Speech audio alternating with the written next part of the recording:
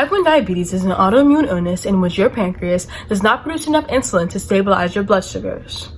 Insulin allows the sugar from your blood to enter through the cells and be used as energy. And without insulin, the sugar from your blood can't enter through the cell, and as a consequence, it builds up in your bloodstream. Now, I know I'm stating pretty general information right now, but this is just to give you a better understanding of type 1 diabetes.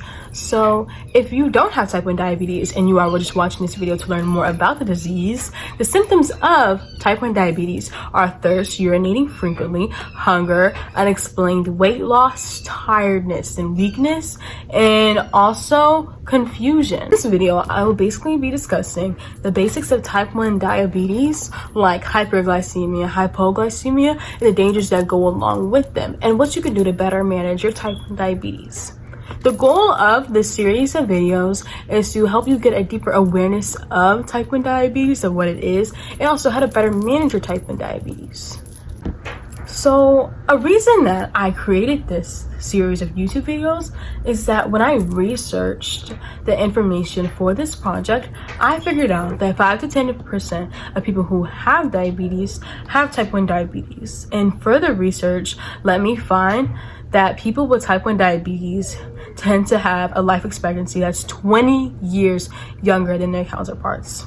These numbers are absolutely preposterous, and anything that I can do to help lower this discrepancy in life expectancies, I feel will be a great help. Ways to better manage your type 1 diabetes, pretty obviously, is managing your blood sugar. So you can do this by labeling all of your numbers in a glucose logbook. You can get these at places like Walgreens. I could check if Viva has some on their website, and local stores near you have these logbooks that you can log your glucose numbers each hour on the hour, what you eat, what you've been doing, and it gives you a good timetable of everything that you're doing, and your numbers progress through time. There's also good apps for things like this that I can put in the link in the bio, so you can also help manage your blood sugars over time, and you can see your progress over time.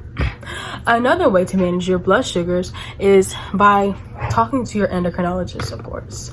So when you talk to your endocrinologist, you always want to make sure that you tell them your numbers, how you're doing, and what you can do to get better. What do you do? What do you think you're doing good, and what do you think you're not doing so good? And when you're doing things like these, can just get you into the habit of making better habits and managing your blood sugars. Even if you don't have an appointment, if you have a question or need any assistance in managing your type 1 diabetes, you should always feel free to contact your endocrinologist or your local endocrinology center and just ask some questions about your type 1 diabetes, because type 1 diabetes is not something you can get through alone. Another way to better manage your type 1 diabetes is by getting diabetic education and support. There are many programs, like there's programs in UT, there's online assistance programs, educational programs, there's books, there's big organizations like the Juvenile Diabetes for Research Foundation, the American Diabetes Association, that you can go to the website and look on basic education and how to better manage your type 1 diabetes, what type of diets and lifestyles is good for this disease, and just basic information on how to get a support system and learn more information about the disease. Since type 1 diabetes is an autoimmune illness, meaning that the body attacks itself by mistake, anyone can get it. So even if you don't have type 1 diabetes, and if it runs through your family, or you feel that you are experiencing the symptoms mentioned prior, it's very important to get tested for this disease as soon as possible.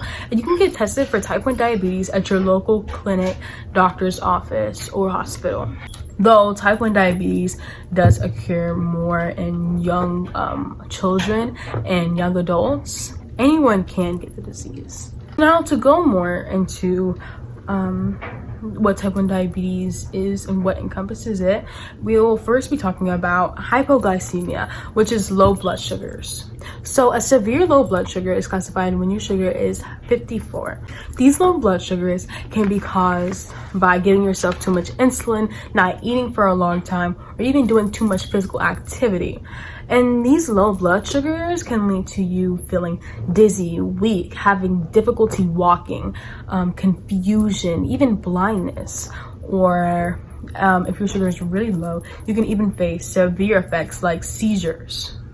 Now, to prevent low blood sugars, it's important to snack during the day, eat good, long-lasting meals, and also keep checking your blood sugar throughout the day to prevent those lows, because as you don't want high sugars, you don't want low blood sugars. You want your sugar to be just right. It is important to talk to your doctor to be able to differentiate what a low blood sugar is for you, because my low blood sugars will be classified as around below 90, but some other people they don't feel low or get those low blood sugars until they're around 60. So it varies around different people, and each people can face different side effects. So it's important to talk to your doctor to know when to start acting, because your sugar can go down really fast, and it's important to be able to know the signs and be able to prevent them before they occur and something serious happens.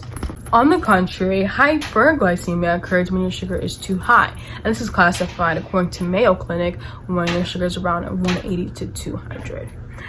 So symptoms of high blood sugars are fruity breath, having a dry mouth, feeling nausea or vomiting, confusion, ketones, the loss, losing consciousness or passing out, and then also a more serious side effect is diabetic ketoacidosis.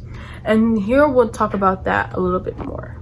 Just as much as you don't want your sugar to be low, you don't want your sugar to be high. So a side effect of having a high blood sugars for a really long time is ketones, as mentioned earlier. So ketones occur when you don't have any insulin, like you're not giving yourself actively any insulin, and your body breaks down fat instead of fuel. And so this buildup causes ketones, and untreated ketones can eventually lead to diabetic ketoacidosis, which can cause serious effects like even death. It's important to be aware of the effects of hyperglycemia. So when your sugar is high, you want to make sure that you're testing for ketones when your sugar is around 300. And you can get ketone strips at your local grocery stores like Walmart, HEB, online. You can ask your doctor, and even 300 is just a set amount, but you really need to discuss with your doctor at what level should you be checking your ketones and what that means for you, because ketones are very dangerous and can lead to very serious side effects. Now that you know some of the dangers and the symptoms of hyper and hypoglycemia, it's important to get to know what is that just right number. So the ideal number according to the ADA is under 180. But you can talk to your doctor and see what's a good number for you and for your body and your age range. And so to get your A1C or your average blood glucose levels in a good range, it's important to maintain a good diet, exercise, and also know what's available to you. Connect yourself to different type 1 diabetic resources like different major organizations, JDRF, the ADA, to see what they can provide. And also make sure to contact your local hospitals if you have any questions, or you can drop any questions below in the comment section. I know some of you are wondering what makes you credible enough to be talking about what to do with my health. So I've been having type 1 diabetes for over 10 years now. I faced a lot of struggle. I've been having it since I was 6 years old, and when I was diagnosed, it was a very surreal event to me. I thought I was going to die. And so after that, I faced 2 seizures. Also thought I was going to die. I was hallucinating. I was seeing Mickey Mouse and all the above. And after those experiences and having my blood sugars being 400s every day, high A1C, struggles, having to go to the nurse every single day, every single hour, setting alarms on my phone, and all the struggle that my mom went through, after years of being connected or finding new resources, all the upcoming technology and everything that I didn't know once before, that helped me better manage my type 1 diabetes. And because now that I'm good enough with my type 1 diabetes and I'm better at managing it because of all the support I've had, I want to spread this awareness and the this education that I've had and the research that I've done to the rest of you guys, the rest of the type 1 diabetics, and even those who aren't type 1 diabetic. So at the end of the day, this is important information that I feel like everyone should know. Make sure to tune into the next few videos to learn more about what type of diets and exercise routines are best for type 1 diabetes, insulin affordability, the type of technology that aids in type 1 diabetes, and also how to maintain your mental well-being and mental state while having such a chronic illness. Thank you so much, guys, and make sure to tune to the rest of the videos. Bye.